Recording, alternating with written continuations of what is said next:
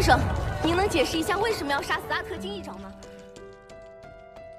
Setelah mengetahui kebiadaban Atkin, Yan Hai, dan Sagoneru yang telah menyakiti keluarganya serta merebut paksa harta milik para pahlawan yang berkorban dalam insiden binatang bertanduk emas, Luo Feng pun langsung membantai mereka satu persatu tanpa ampun. Dan itulah guys, sepenggal kisah dari Donghua Swallowed Star, episode 89, yang pada pembahasan kali ini, Bang Panjul akan kembali membahas bocoran alur cerita episode 90, yang akan rilis pada hari Selasa depan. Tapi sebelum masuk ke pembahasannya, jangan lupa, bagi teman-teman yang belum subscribe, ditekan dulu dong tombol subscribe-nya, serta nyalakan juga lonceng notifikasi, agar tidak ketinggalan cerita menarik dari Donghua lainnya.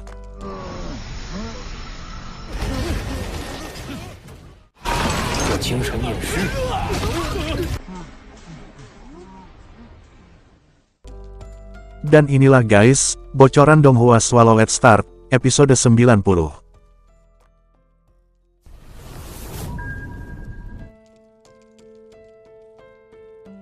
Pada cuplikan episode sebelumnya kita sudah menyaksikan, Luo Feng yang menghabisi Atkin di depan umum, yang kejadian itu sendiri, disiarkan secara langsung, dan disaksikan oleh miliaran pasang mata di seluruh penjuru dunia.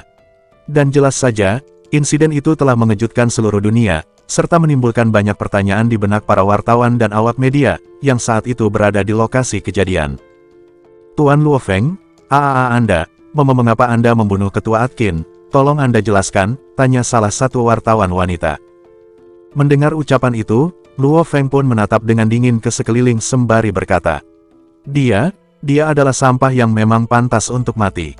Dan ingatlah, siapa saja yang berani memanfaatkan momen untuk menindas orang lain, maka aku Luo Feng, tidak akan segan-segan untuk membunuhnya, ucap Luo Feng, lalu bergegas meninggalkan alun-alun kota.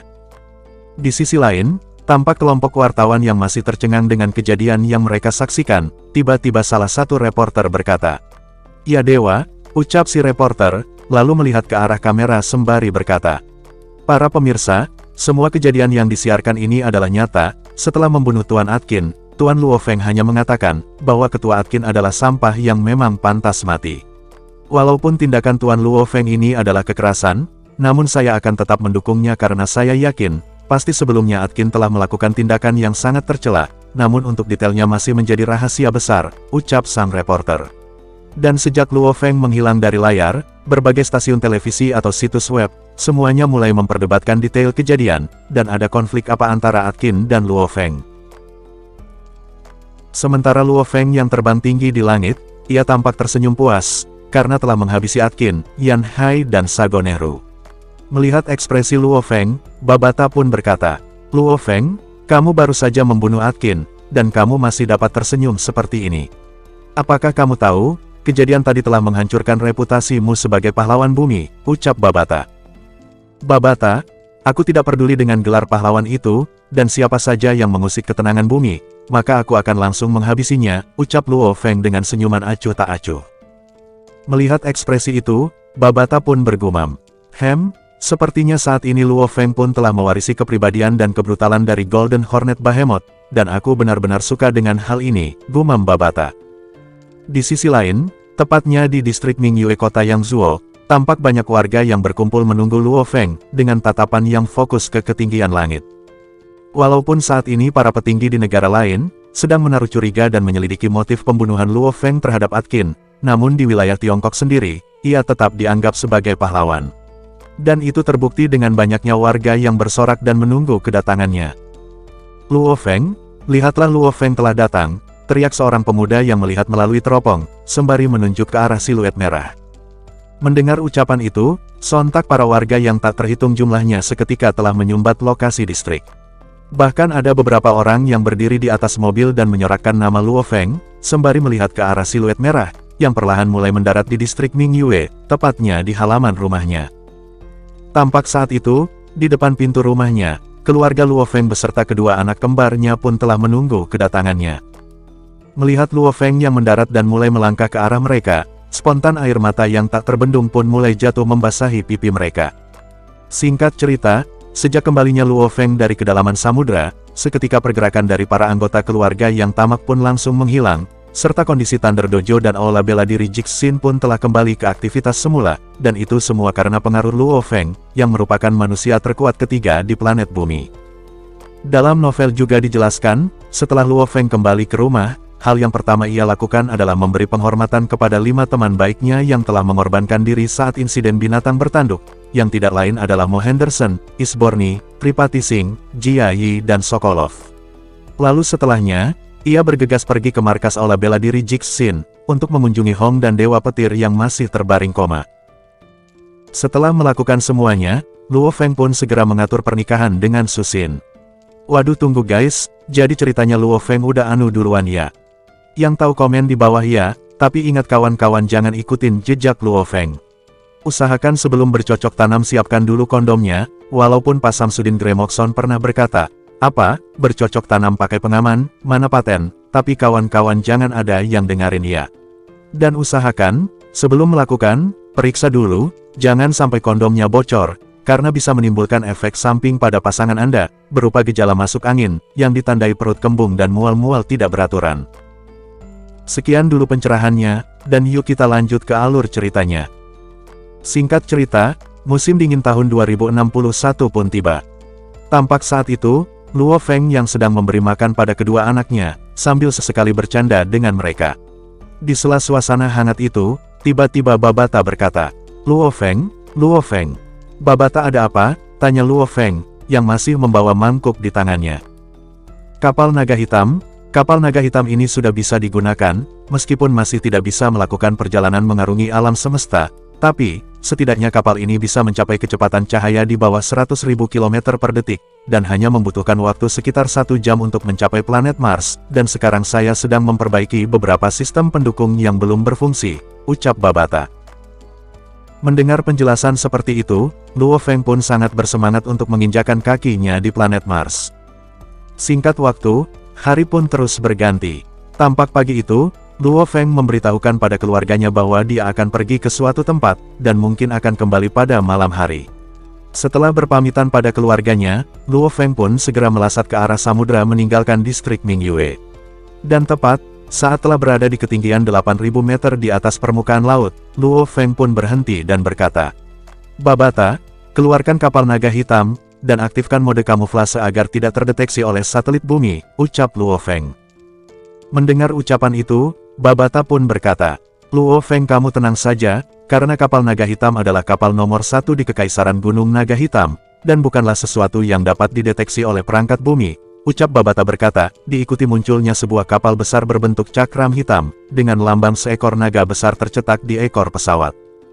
Melihat kapal yang sangat besar, Luo Feng hanya bisa menarik nafas takjub, tanpa berkata sepatah kata pun.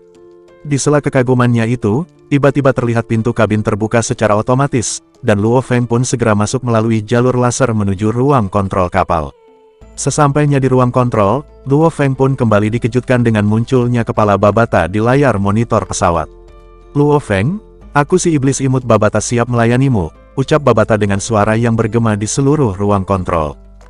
Melihat tingkah Babata, Luo Feng pun tertawa sembari berkata, Babata, ayo pergi dan jangan bermain-main lagi.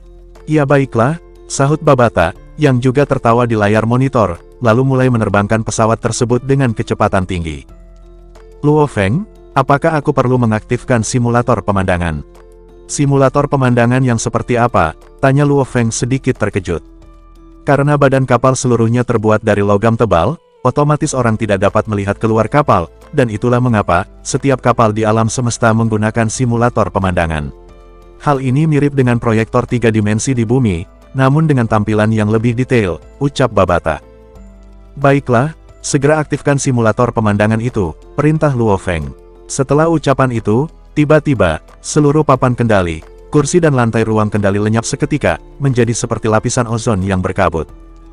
Luo Feng, saat ini kapal naga hitam sedang terbang di dalam lapisan ozon, dan akan segera meninggalkan bumi, ucap Babata.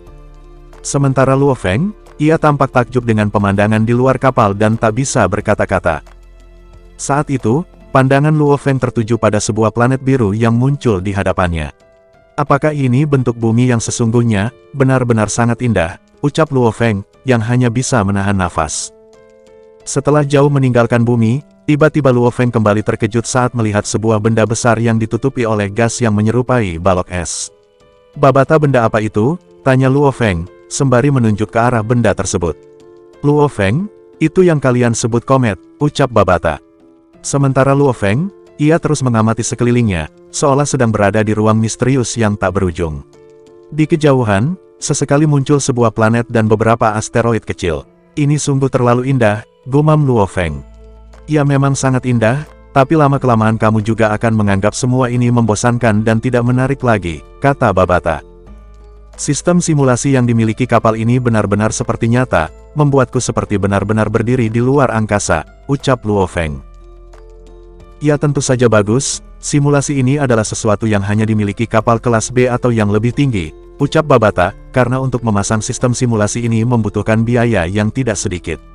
Mendengar ucapan itu, Luo Feng pun berkata, Babata, bisakah jelaskan padaku tentang level kapal di alam semesta, ucap Luo Feng. Bahkan dengan banyaknya ingatan yang diwariskan oleh Golden Hornet Behemoth, tidak ada satupun dari ingatan itu yang menjelaskan tentang level sebuah kapal, oleh sebab inilah, Luo Feng menanyakan hal tersebut. Mendengar ucapan itu, Babata pun berkata, kapal kelas A, adalah sebuah kapal dengan sistem persenjataan yang bisa membunuh seorang Star Travelers. Sedangkan kelas B, dapat menangani seorang pejuang tingkat bintang. Untuk kelas C sendiri, dapat menangani seorang pejuang di tingkat semesta. Kapal kelas E, dapat menangani seorang penguasa sektor, sedangkan kapal kelas F, dapat menangani seorang pejuang abadi. Selain tingkatan kapal di alam semesta, masih banyak item lain yang diurutkan dengan cara ini dan berdasarkan levelnya. Contohnya meriam laser yang kita temukan di reruntuhan kuno bersama kapal naga hitam ini. Meriam itu adalah meriam belina, maksudnya meriam laser kelas B6. Jadi kapal-kapal induk yang kita temukan di reruntuhan kuno puing ke-12 itu adalah kapal induk kelas B. Selain itu, kapal X-81 Gunung Naga Hitam ini, adalah kapal kelas C5, yang bahkan seorang prajurit tingkat semesta pun, harus mengeluarkan banyak energi untuk menghancurkan kapal ini, ucap Babata. Babata, lalu bagaimana dengan daftar logam yang kuberikan padamu? Apakah itu juga harus disortir berdasarkan levelnya? Tanya Luo Feng. Ya benar, daftar logam yang dibutuhkan binatang bertanduk emas, diurutkan menjadi 5 tingkat. Yang dimana logam kelas A sendiri, sangat cocok untuk Golden Hornet Behemoth yang masih berada di tingkat penjelajah bintang. Jika sudah mencapai tingkat bintang, maka dia harus mengkonsumsi logam kelas B, untuk memaksimalkan kecepatan evolusinya. Dengan kata lain, jika Golden Hornet Behemoth telah mencapai tingkat yang lebih tinggi, maka harus mengkonsumsi logam yang levelnya lebih tinggi pula, ucap Babata. Mendengar penjelasan itu, Luo Feng pun mengangguk, karena pertumbuhan binatang bertanduk emas, didasarkan pada pertumbuhan dunia internalnya. Dan agar dunia internalnya tumbuh, dia perlu menelan logam dalam jumlah banyak, dan inilah sebabnya, saat terjadi insiden, si Golden Hornet Behemoth banyak menelan kapal dan pangkalan militer secara acak, agar menemukan jenis logam yang cocok untuk evolusinya. Di sela pemikiran Luo Feng, tiba-tiba Babata berkata, Luo Feng, kita hampir mencapai Mars, jadi aku akan mulai menurunkan kecepatan kapal, ucap Babata. Sementara Luo Feng, ia pun segera melihat ke arah sebuah planet berwarna kuning kemerahan. Tampak saat itu, kapal dengan cepat menembus ke atmosfer Mars, yang lapisan ozonnya jauh lebih tipis dari bumi. Saat kapal sedang turun dengan perlahan, Luo Feng pun berkata, Babata buka pintu kabin, yang dimana saat pintu kabin terbuka, Luo Feng pun segera berlari keluar dari kabin, dan melayang di ketinggian planet Mars. Dan alangkah terkejutnya Luo Feng, saat melihat sesuatu yang tampak seperti bangunan tua, yang berdiri di atas bukit pasir. Ini, apakah ini piramida? Ucap Luo Feng, yang masih tidak percaya dengan apa yang dilihatnya. Sesaat setelahnya, Luo Feng kembali terkejut, saat melihat dengan seksama, yang dimana di sekitar piramida tersebut, terdapat kota tua yang sudah terbengkalai. Babata, apakah itu sebuah kota? Jika benar, di mana orang-orangnya? Ucap Luo Feng, yang sangat terkejut. Luo Feng, apa yang kamu kagetkan? Ini adalah medan bintang, yang sebelum diatur oleh pemiliknya, tempat ini adalah milik kerajaan Silver Blue. Biasanya planet-planet seperti ini dijadikan pertambangan ataupun peternakan. Dan dulunya, planet ini adalah sebuah pertambangan, yang mengandalkan kapal pengangkut antar bintang untuk mengangkut sejumlah besar hasil dan peralatan tambang. Jika dilihat dari kondisinya, sepertinya dulu banyak penambang yang berada di planet ini, ucap Babata. Lalu, Kemana perginya para penambang itu? Tanya Luo Feng, yang merasa ada yang janggal dengan planet tersebut. Mendengar ucapan itu, Babata pun berkata, sepertinya hal itu disebabkan oleh serangan yang menewaskan pemilik dari armada antar bintang. Yang dimana tadi sudah aku katakan, armada inilah yang mengangkut dan memasok semua kebutuhan para penambang. Dengan kata lain, tidak ada kapal pengangkut, maka tidak akan ada sumber daya yang diterima oleh para penambang. Bahkan jika mereka menciptakan sumber daya mereka sendiri, semua itu tidak akan bertahan lama dan mati. Mendengar penjelasan itu, sontak Luo Feng pun kaget. Tak berselang lama, Babata kembali berkata, sama halnya dengan bumi, yang merupakan planet kehidupan tingkat rendah di wilayah Kekaisaran Silver Blue, yang penggunaan aslinya adalah sebuah planet peternakan, yang digunakan untuk mengembangbiakkan monster, untuk dijual di alam semesta, dan itu semua telah dibuktikan dengan banyaknya armada antar bintang yang ditempatkan di sana, yang biasa kalian sebut sebagai reruntuhan kuno, ungkap Babata. Babata, mengapa bumi bisa dikatakan planet tingkat rendah? Apakah ada tingkatan atau level untuk membedakannya? Tanya Luo Feng. Mendengar ucapan itu, Babata pun berkata, ya, itu semua karena jarak bumi yang cukup jauh, sekitar 1000 tahun cahaya. Yang bahkan, salah satu planet terdekat dari bumi pun, masih berjarak 100.000 tahun cahaya, yang jika ingin melakukan perjalanan, masih membutuhkan waktu 100 tahun untuk mencapai bumi, dan siapakah pejuang di alam semesta yang mau membuang waktunya untuk melakukan perjalanan mengarungi alam semesta yang sepi ini, ucap Babata. Mendengar penjelasan itu, Luo Feng pun hanya bisa menganggukkan kepala, karena ternyata, level sebuah planet ditentukan oleh jaraknya guys. Lalu sesaat setelahnya, Luo Feng kembali berkata, Babata, apakah itu sebuah piramida? Luo Feng, bangunan itu adalah menara energi, yang hanya bisa dibuat oleh ras otomaton, yang merupakan ras yang sangat kuat dan maju dalam teknologi di alam semesta. Bahkan ras manusia sendiri, tidak memiliki cara untuk bersaing dengan mereka, yang tanpa mengandalkan evolusi tubuh dan tidak memiliki jiwa, mereka mampu bertempur melawan pejuang abadi. Mendengar penjelasan Babata tentang ras otomaton yang tidak memiliki jiwa, namun mereka mampu menghasilkan petarung abadi, Luo Feng makin terperangah kaget. Karena secara ilmiah, para pejuang dari ras ini memang sangatlah kuat. Setelah menenangkan pikirannya, Luo Feng pun berkata, Babata, coba pindai mineral yang ada di planet ini. Baiklah, pemindaian mineral diaktifkan, ucap Babata.